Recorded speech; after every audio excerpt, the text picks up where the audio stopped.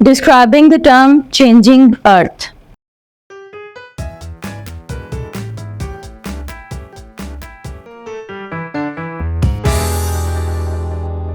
Assalamu alaikum students, welcome you all on the platform of Digital Academic provided by Moonlight International Publishers.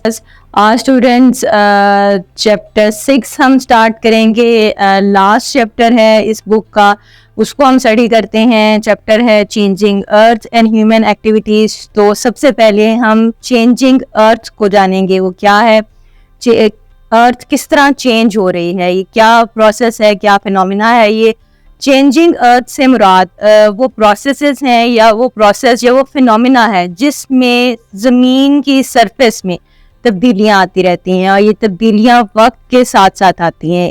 वो तब्दीलियाँ आने के लिए जो तब्दीलियाँ ये क्रिएट होती हैं ज़मीन की सतह पर, उसमें कई साल भी लग सकते हैं और उसमें कम अरसा भी लग सकता है. अब ये तब्दीलियाँ आती कैसे हैं ज़मीन की सतह पर? इसकी दो रीज़न्स हैं. या तो ये कुदरती अवामिल हैं, कुदरती प्रोसेसेस हैं जिनसे ये तब्दीलियाँ हो रही हैं, या फिर ह्यूमन एक्टिविटीज़ हैं, इंसानों की मुदाखलत है ऐसी ज़मीन के ऊपर जिससे ज़मीन की सतह पर तब्दीलियाँ रोनुमा हो रही हैं. अगर हम कुदरती अवामिल की बात करें, नेचुरल प्रोसेसेस जो इसमें इन्वॉल्व हैं, वो हमने स्टडी किए. अर्थक्वेक्स हैं, वोल्केनिक eruption होती है, एरोजन है, वेदरिंग है. ये सारी चीज़ें मिल के ये सारे प्रोसेसेस ज़मीन की सतह पर तब्दीलियाँ ले आते हैं. अगर हम ह्यूमन एक्टिविटीज़ की बात करें तो कई सालों से, कई अरसे से इंसान की कुछ ऐसी एक्टिविटीज़ हैं जो ज़मीन में तब्दीलियों का बायस बन रही हैं. जैसे कि डिफॉरेस्टेशन, जिसको हमने डिटेल में डिस्कस किया था. अर्बनाइजेशन, ह्यूमन सेटलमेंट के लिए हम लैंड खाली कर लेते हैं. इसके अलावा इंडस्ट्रियलाइजेशन जो है, इस किस्म की दूसरी एक्टिविटीज़ जैसे कि माइनिंग भी इसमें शामिल है.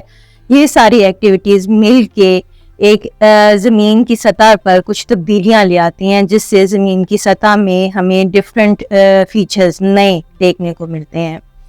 ये तब्दीलियाँ एक्चुअली पहले से मौजूद जो कुदरती तौर पर एक इकोसिस्टम या नेचुरल बैलेंस अल्लाह ताला ने ज़मीन पर रखा हुआ है उसको डिस्टर्ब कर देती हैं. यानी कि हम कह सकते हैं कि ये बायोडाइवर्सिटी को डिस्टर्ब कर रही हैं, जिसका नतीजा इन ह्यूमन एक्टिविटीज़ के नतीजे में जो तब्दीलियाँ आ रही हैं उसके नतीजे में हमें बहुत सारी क्लाइमेटिक चेंजेस का सामना करना पड़ता है.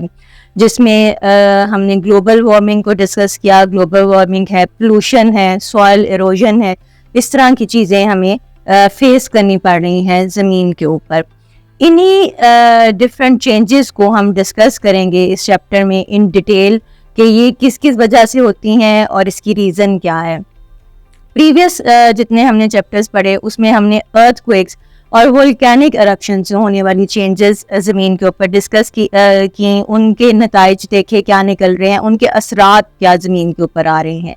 हमारा ये चैप्टर इससे रिलेटेड है कि सॉइल एरोजन से और वेदरिंग से क्या चेंजेस ज़मीन की सतह पर आ रही हैं, क्या क्या तब्दीलियाँ ज़मीन के अंदर आ रही हैं, और उन्हीं चेंजेस को हम इन डिटेल डिस्कस करेंगे. वेदरिंग क्या है और सॉइल एरोजन क्या है और उसके नताइज क्या होते हैं और इसको किस हद तक कंट्रोल किया जा सकता है. इंशाल्लाह नेक्स्ट लेक्चर में डिटेल इंफॉर्मेशन के साथ. अल्लाह हाफ़िज़.